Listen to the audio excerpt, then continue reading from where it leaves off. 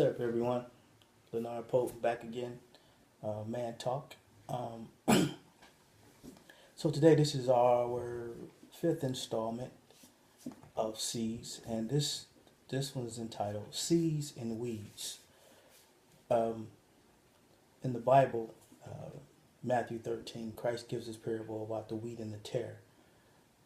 So I'm going to use those, the wheat and the tares, the seed being the wheat, which is represents the good seed, and the tare being called weeds, representing the bad seed. Uh, Oftentimes, well, let me back up. In the parable, it talks about the sower sowing good seed in his vineyard, and while men slept, an enemy came in and sowed tares, and this was unbeknownst to the husbandman of the vineyard. And when the wheat began to grow, the tares grew with it. And the tares representing the weeds and the wheat representing the seeds. The weeds had one purpose, and that was to choke out the good seed. The weeds were the bad seeds. It was sown by an enemy of the vineyard. And it had one purpose, and that was to choke out the wheat, to choke out the good seed. Certainly, we've all had times in our lives where just when you're getting ready to go for doing something right, it seems like something happens and it almost halts you, stops you from doing what you know to do. Or you know you have a great gift and a great purpose, and it seems like no matter how you try, something you can't shake in your life that would allow you to move forward in that area of your life. Are weeds that are designed to choke out the seeds in your life, the seeds of potential, the gifts that you have, uh, the purpose for which you have been destined or called to, um, that thing that you would love to do, that you have a passion for. It seems like sometimes you tell someone about your seed or what's inside of you, and all they do is discourage you. And sometimes you can have friends who encourage you in all the bad things, but when you say, "I think I want to make a change," now they discourage you. Weeds. They encourage you to do wrong and discourage you from doing right. Weeds. Weeds. And their only purpose is to choke the seed out, to choke the good out of you. Now, it's interesting in the parable, when they realized it was weed, they said, "Shall we go and tear out the weeds from the seeds?" And Christ answered and said, "No, because if you go after the weeds, you will destroy some of the seed." In other words, the weeds look just like the seeds. Now, from the outside, I cannot tell whether it's weed or seed, but on the inside, you know if it's weed or seed. You know. And you know that is desiring someone else's husband. That's not seed. That's weed. You know that. And we don't see your desires from the outside, but you know those desires from the inside. And you know what is weed and what is seed. And God gives you the ability to get the weeds out of your life. The beauty in the parable is that only God can separate the wheat from the tare. But he does that through you. In other words, you know the good in you and you know the bad in you. And even though you may feel justified in doing the wrong thing, the reality of it is you know you're not justified. And you know it's wrong.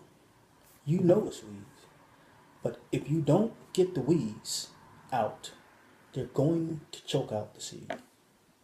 And the seed will never reach its intended purpose. It will never reach its maximum potential. It will never reach the plateau that God has set, it will never reach the bar that has been set by God in your life because you have allowed the weeds to choke them out.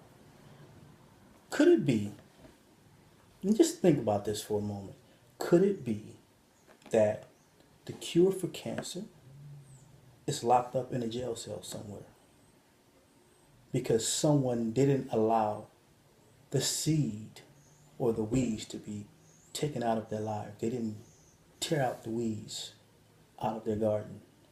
And so the weed choked out their seed. And now they're in a position where they cannot access their level of intelligence. They can never reach their maximum potential because they're in a place of desolation, of almost a waiting place, so to speak. But they can't access the resources that would allow them to allow their seed to be watered, to bud, to blossom, or to bring forth fruit. I mean, could it be? You know, I say Miles Monroe says the richest place on the earth is the graveyard because it's rich with lost dreams and lost hope. Well, I kind of half disagree with that because the graveyards are going to be here because the body is going to return to the grave. The richest place, in my personal opinion, the richest place on this earth is the prisons because these people are still alive. They have their full capacity and their full understanding, but because they have allowed the weeds to have free reign in their lives, now their purpose can't be fulfilled. And now we have them, they're alive, but we can't access that as a resource. We can't access them as a resource because of something that has gone on in their lives. And so, could it be, perhaps, that some of the greatest minds and the greatest inventions, the most high level of entrepreneurship or ingenuity, is locked away behind prison bars of their own doing? And could it be? You know, so this is important. The most important, if I don't say anything else that triggers a thought or causes your mind to want to consider a thing, know this, that no one can take the weeds out of your life. Only you can get those weeds out of your life. Because God has sown seeds and the enemy has sown weeds. And you know what is a seed inside you, and you know what is a weed inside you.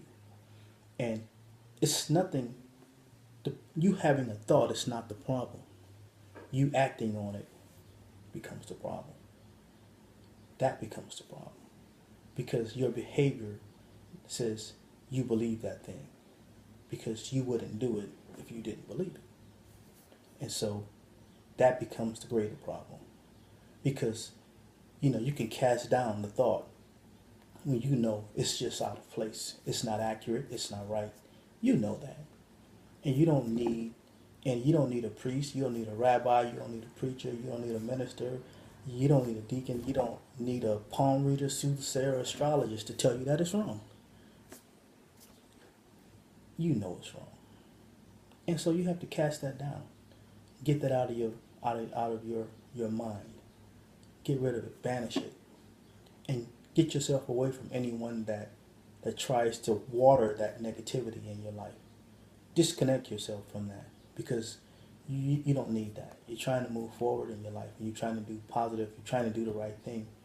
And you don't need these weeds that disguise themselves as friends around you to choke out the good and the potential that you have. Because you will come forth, but you do have to deal with the weeds that are in you. Thanks again. If you like what you hear, again, share. Drop me a line. Communicate, dialogue. Let's talk about it. Love to hear from you. Take care. God bless.